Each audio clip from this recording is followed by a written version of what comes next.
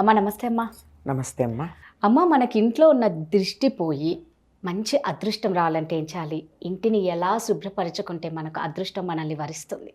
ఎంతసేపు బయట విషయాల గురించి ఆలోచిస్తున్నాం కానీ మనలో ఏం మార్పులు రావాలని ఎందుకు ఆలోచించట్లేదు? అది మొదట ఆలోచించాల్సింది. ఏమిటి అంటే అసలు దృష్టి దోషం ఎందుకు తగులుతుంది? ప్రదర్శించుకుంటే తగులుతుంది. బాబోయ్ వీళ్ళకింత ఉందా అని చెప్పి దృష్టి దోషం తగులుతుంది. ముందు అలాంటి ప్రదర్శనలు కొంచెం తగ్గించుకోవాలి, ఆర్భాటాలు తగ్గించుకోవాలి. ఉన్నవాళ్ళు ఉన్నట్టుగా సహజంగా ఉంటే 100కి 90% దిష్టి తగలదు. అయినా తగులుతుందనుకోండి, ఎందుకంటే వీళ్ళు ఏడవట్లేదు, ఎప్పుడు ఏడుపు కొట్టు మొహాల్లాగా లేరు అని కూడా అవతల వాళ్ళని చూసి అసూయపడే అవకాశం ఉంది గనక అటువంటి సందర్భాల్లో ఏమన్నా దృష్టి దోషం తగిలితే తగలచ్చు. అటువంటిది పోవాలి అంటే కొంతమంది పాపం ఏమీ అనుకోకుండానే వాళ్ళ చూపులోనే ఉంటుంది ఆ లక్షణం. వాళ్ళు చూశారంటే ఇంతే సంగతులు. మరి అట్లాంటివి మన అదుపులో ఉండవు, వాళ్ళు రావడం కానీ చూడడం కానీ. అటువంటప్పుడు ఏం చెప్తారంటే అసలు దృష్టి దోషం తగలకుండా ఉండడానికి ఉప్పు అక్కడ పెట్టమని ఈ చైనీస్ ఏమంటారు ఆ వాస్తు ప్రకారం చెప్తారు. రాళ్ళ ఉప్పు తెచ్చి ఒక దాంట్లో పెట్టి 2 రోజులకో ఒక 3 రోజులకో అది కొద్దిగా మార్పు వస్తుంది దానికి సహజంగా వాతావరణంలో నుంచి. తీసుకెళ్ళి ఫ్లష్ చేయాలి. మొక్కల్లో వేయడం కానీ బయట ఎక్కడన్నా వేయడం కానీ మనుషులు దొరికే చోట వేయడం కానీ చేయకుండా అలా చేస్తే పోతుంది అని మనకి ఈ వీళ్ళ చైనీస్ వాస్తు చెప్తోంది. మన వాళ్ళు ఏం చెప్పారంటే ఇల్లు బట్టతో తుడుచుకునేటప్పుడు ఆ నీళ్ళల్లో కాస్త రాళ్ళు ఉప్పేసి ఆ ఉప్పు నీళ్ళతో తొడవమన్నారు రోజు. తప్పేముంది? పైగా ఈ కొన్ని రకాల టైల్స్ వేయించుకుంటున్నారు చూడండి ఈ మధ్య, సెరామిక్ టైల్స్. అవి కూడా వాటి మీద ఉన్న మరకలు పోయి నీట్గా ఉండాలంటే గోరువెచ్చని నీళ్ళల్లో ఉప్పేసే తుడవాలట. అది వాళ్ళు క్లీన్ చేయమని చెప్పినటువంటి పద్ధతి. మనకి మామూలుగా ఉండేటటువంటి చోట అదేం లేదు. పూర్వకాలం అయితే హాయిగా ఆవు పేడతో అలికి లేదా ఆవు పేడ కళ్ళాపి జల్లి దాని మీద ముగ్గులు పెట్టేవారు. 100కి 90% దృష్టి దోషాలు వాటితో పోయేవి. పైనుంచి వచ్చే దృష్టి దోషమే కాక ఏ రకమైనటువంటి క్రిమికీటకాదులు లోపలికి రాకుండా ఆవు పేడ అడ్డుకుంటుంది. దానికి ఆ శక్తి ఉంది. అందువల్ల అది కూడా మంచిదే. పైనుంచి దృష్టి దోషం అని మనం అనుకున్నా దానికన్నా మించి మనకు కనపడేటటువంటి ప్రత్యక్షంగా కనపడే అనారోగ్యాన్ని కలిగించేటటువంటి క్రిమికీటకాదులు అవి లేకుండా పోతాయి. ఇంకా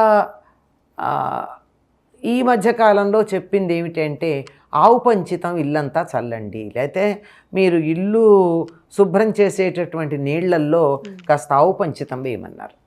ఆవు పంచితం అంటే గోమూత్రము. అది గృహప్రవేశం చేసేటప్పుడు మామూలుగా చేస్తారు కదమ్మా? చేస్తారు. ఇప్పుడు మనం ఇల్లు తుడుచుకునేటప్పుడు కూడా, ఎందుకంటే గోమూత్రంలో లవణాలు చాలా ఎక్కువ ఉంటాయి. అందువల్ల అలా చల్లామంటే అది ఎక్కడ పడితే అక్కడ గుర్తులు వస్తాయి, వాటి మార్క్స్ పడతాయి. అందువల్ల నేరుగా కాదు, దానిని నీళ్లల్లో కలిపి ఆ నీళ్లతో బట్టపెట్టి తుడుస్తారు కదా తడిబట్టతో, ఆ తడిబట్టతో తుడిచేటటువంటి నీళ్లల్లో ఈ గోమూత్రాన్ని వేసి శుభ్రం చేయమని చెప్తారు. దానివల్ల దోమలు నొసమలు లాంటివి రాకుండా పోతాయి, అందులో అనుమానం ఏం లేదు. దానివల్ల దృష్టి దోషం కూడా పోతుంది అని కొంతమంది చెప్తారు. అలా పోతుంది అనడానికి ఒక చిన్న ఆధారం ఏముందంటే కృష్ణుడు అతిమానుష చర్యలు కొన్ని చేశాడు కదా పసివాడుగా ఉన్నప్పుడు. ఆ పూతన పాలివ్వడానికి వచ్చింది, పాలు వెళ్ళి తాగాడు, పాలిస్తానంటే చక్కగా. పాలతో పాటుగా ప్రాణాలు కూడా తాగేశాడు. అది మామూలుగా అందమైన స్త్రీ రూపాన్ని ధరించి వచ్చింది. చనిపోయేటప్పుడు నిద్రపోయేటప్పుడు సహజమైన రూపాలు వస్తాయి కదా, సహజమైన రూపాలు. అంతే, అది ప్రాణం పోతూ పెద్ద కొండంత శరీరం ఈ మూల నుంచి ఆ మూలకి అందరూ భయపడేటట్టు ఆ శరీరం మీద కూర్చుని ఆడుకుంటున్నాడు ఈ పిల్లాడు కృష్ణుడు. అంటే ఓ కొండ మీద కూర్చున్న చిన్న చిట్టెలుకలాగా అంత. అది చూసేటప్పటికి వీళ్ళందరికీ కంగారు పుట్టింది, గోపికలందరికీ. ఏమైపోతుందో భయపడి ఉంటాడు పిల్లాడు. ఇతడు పాలు తాగడం వల్ల చనిపోయింది అని వాళ్ళకి తెలియదు. ఇంత శరీరం చూసి భయపడిపోయి ఉంటాడు. అందుకని భయం పోయి దిష్టి పోవాలని చెప్పి వాళ్ళు ఏం చేశారు అంటే అటు ఇటు నిలబడి కొంతమంది ఆవు కింద నుంచి ఇటు నుంచి వాళ్ళు ఇటు వాళ్ళు అలా 3 సార్లు అందుకున్నారు. అంటే ఆవు దగ్గర నుంచి మంచి ఎప్పుడూ కూడా ప్రాణవాయువే వస్తుంది కనుక లోపల భయాలు లాంటివి ఉంటే పోతాయి. ఆ తర్వాత ఆవు తోకతో ఒళ్ళు తుడిచారట, గోమూత్రం చల్లారట, ఆవు పేడను నుదుట పెట్టారట, భయం పోయింది ఇంకా పిల్లాడికి అనుకున్నారట. అంటే కృష్ణుడికి పోయిందని మనం వాళ్ళ దృష్టి, కానీ ఆ రోజుల్లో దృష్టి దోషం పోవడానికి ఇటువంటి పనులు చేసేవాళ్ళు పిల్లలకి. అందుకే ఆవు పంచతం ఇంట్లో చల్లుకున్న దాని ప్రభావం వల్ల ఎటువంటి దృష్టి దోషం ఉండదంటారు. అసలు అన్నిటికన్నా ముందు ఇల్లు శుభ్రంగా ఉంటే సగం దరిద్రాలు ఉండవమ్మా. అవునమ్మా, కరెక్ట్గా చెప్పారు. ఇల్లు శుభ్రంతోనే.